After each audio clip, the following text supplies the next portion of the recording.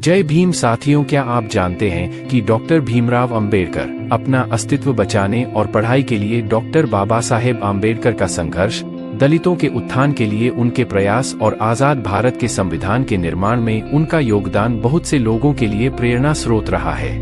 उनके लिए ये सफर बहुत मुश्किल रहा था। इस पूरे सफर के दौरान बाबा साहेब कई बीमारियों से जूझते रहे थे। वो डायबिटीज, ब्लड प्रेशर, न्यूराइटिस और आर्थराइटिस जैसी लाइलाज बीमारियों से पीड़ित थे। डायबिटीज के चलते उनका शरीर बेहद कमजोर हो गया था। गठिया की बीमारी के चलते वो कई रातों तक बिस्तर पर दर्द से परेशान रहते थे। जब हम बाबा साहेब आम्बेडकर की जिंदगी के आखिरी कुछ घंटों के बारे में बात करते हैं तो पता चलता है कि उनकी सेहत किस कदर बिगड़ी हुई थी। बाबा साहेब ने 6 दिसंबर 1956 को सुबह के वक्त सोते हुए आखिरी सांस ली थी। इस लेख में हम इस बात का पता लगाने की कोशिश करेंगे कि उससे एक दिन पहले यानी 5 दिसंबर 1956 को क्या हुआ था। उससे पहले हम उस आखिरी सार्वजनिक कार्यक्रम के बारे में समझने की कोशिश करेंगे जिसमें अपनी मौत से पहले बाबा साहेब ने शिरकत की थी। डॉक्टर बाबा साहेब आम्बेडकर का आखिरी सार्वजनिक कार्यक्रम राज्यसभा की कार्यवाही में शिरकत करने का था। नवंबर के आखिरी 3 हफ्तों के दौरान बाबा साहेब दिल्ली से बाहर थे। 12 नवंबर को वो पटना होते हुए काठमांडू के लिए रवाना हुए थे। 14 नवंबर को काठमांडू में विश्व धर्म संसद का आयोजन हुआ था।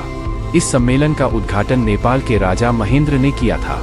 नेपाल के राजा ने बाबा साहेब से मंच पर अपने पास बैठने को कहा था। ऐसा पहले कभी नहीं हुआ था। इसी से बौद्ध धर्म में बाबा साहेब के कद का अंदाजा हो जाता है। काठमांडू में अलग अलग जगहों पर तमाम लोगों से मिलने के बाद बाबा साहेब बहुत थक गए थे। भीमराव आम्बेडकर की पत्नी सविता आम्बेडकर, जिन्हें माई साहेब आम्बेडकर के नाम से भी जाना जाता है, ने अपनी जीवनी डॉक्टर आम्बेडकरांच्या सहवासात में इस बारे में विस्तार से लिखा है। माई साहेब के अनुसार भारत लौटते वक्त बाबा साहेब ने बौद्ध धर्म के तीर्थ स्थलों का दौरा किया। वो नेपाल में महात्मा बुद्ध के जन्मस्थल लुम्बिनी गए।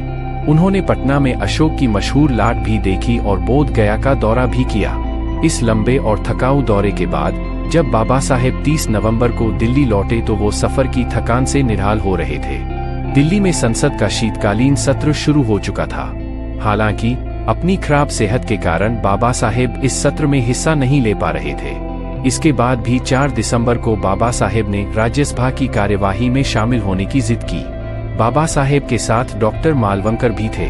उन्होंने बाबा साहेब की सेहत जांची और कहा कि अगर बाबा साहेब संसद की कार्यवाही में शामिल होने चाहते हैं तो उन्हें कोई एतराज नहीं।